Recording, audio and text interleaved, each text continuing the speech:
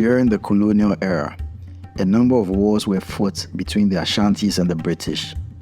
These wars were dubbed the Anglo-Asante-Wars.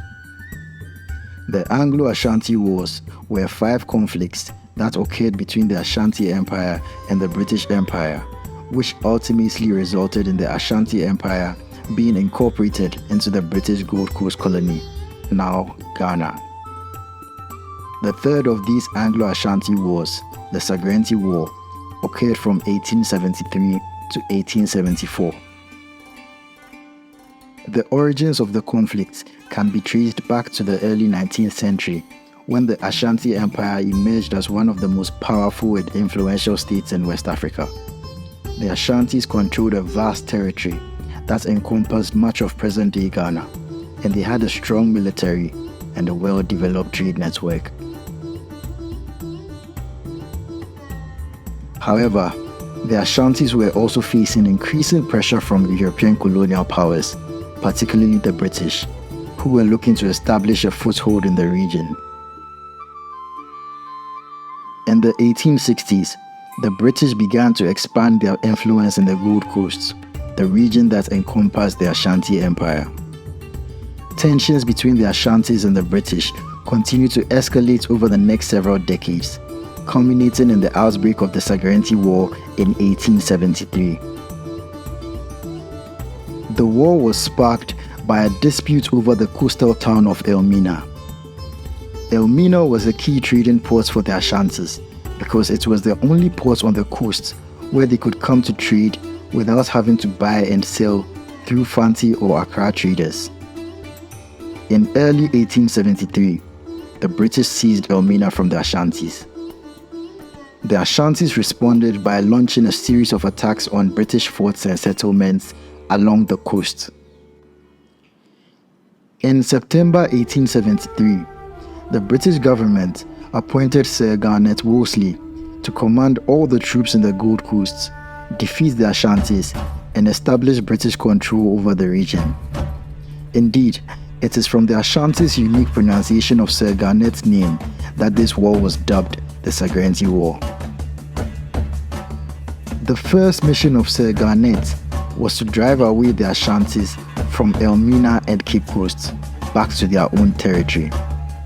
To achieve this, Sir Garnet sought the assistance of tribes such as the Gas, the Akims, and the Krobos. Numbers were also brought in from other British territories such as present-day Sierra Leone and the Gambia. He also sent a request to England for trained white troops to join his army. Prior to this, the British armies in their African territories were mainly made up of locals from their colonies and protectorates, who were mostly untrained. This was because the British government was reluctant to send large numbers of white soldiers to that region due to their propensity to catching deadly tropical diseases. However, the white soldiers did not arrive in time for the defense of Elmina. Despite this, the British were hugely successful in driving the Ashantis out of Elmina and Cape Coast, and it is estimated that only 20,000 of the 40,000 Ashanti men who had been sent to Elmina returned to Kumasi, their capital. About 280 chiefs were also killed in the fighting.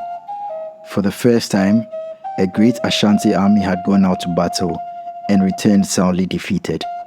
There was no plunder, no lines of prisoners, no joy, only sorrow. And still, it was not over. In other wars, no matter what happened, the war was finished when the Ashantis returned to Kumasi. But this time, the Ashantis were aware that Sir Garnet and his men were following them back to their home. The war was not over. It had only just begun. To make matters worse, the trained white troops arrived in December 1873.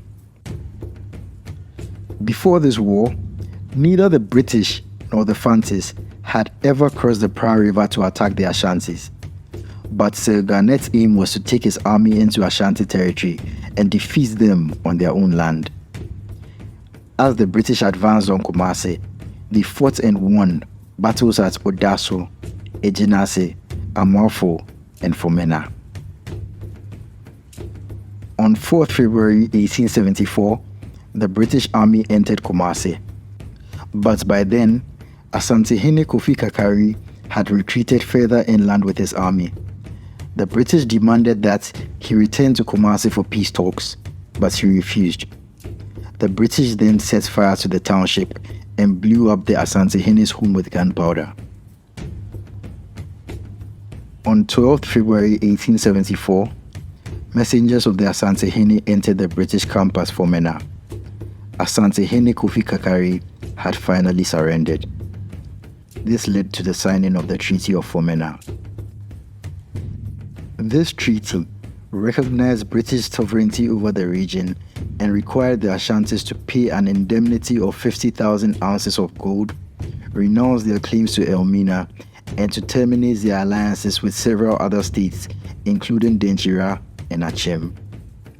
The British victory and the Treaty of Fomena ended the Ashanti dream of bringing the coastal states under their power.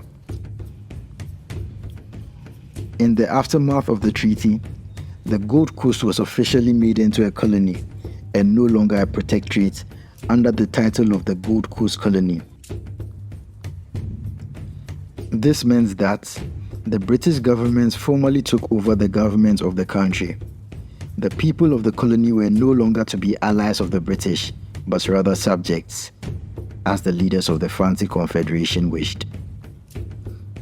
The government ruled the country through the native chiefs and their councils, and the government had no land of its own except the land on which the forts were built. The Sagrenti War was significant for several reasons.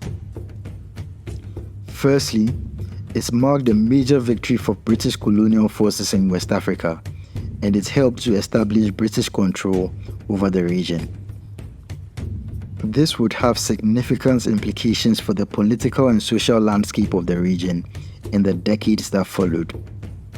Secondly, the war was significant for the role it played in shaping the legacy of colonialism in Africa. The conflict was marked by brutal violence, and it influenced the larger pattern of exploitation and oppression that characterized European colonialism in Africa.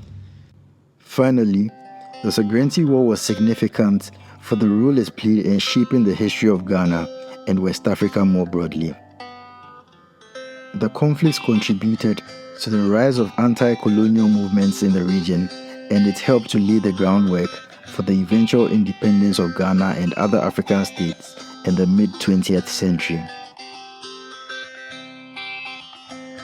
The Sagrenti War was a pivotal moment in the history of West Africa, and it continues to have important implications for the political and social landscape of the region today. The conflict serves as a reminder of the complex and often fraught history of colonialism in Africa.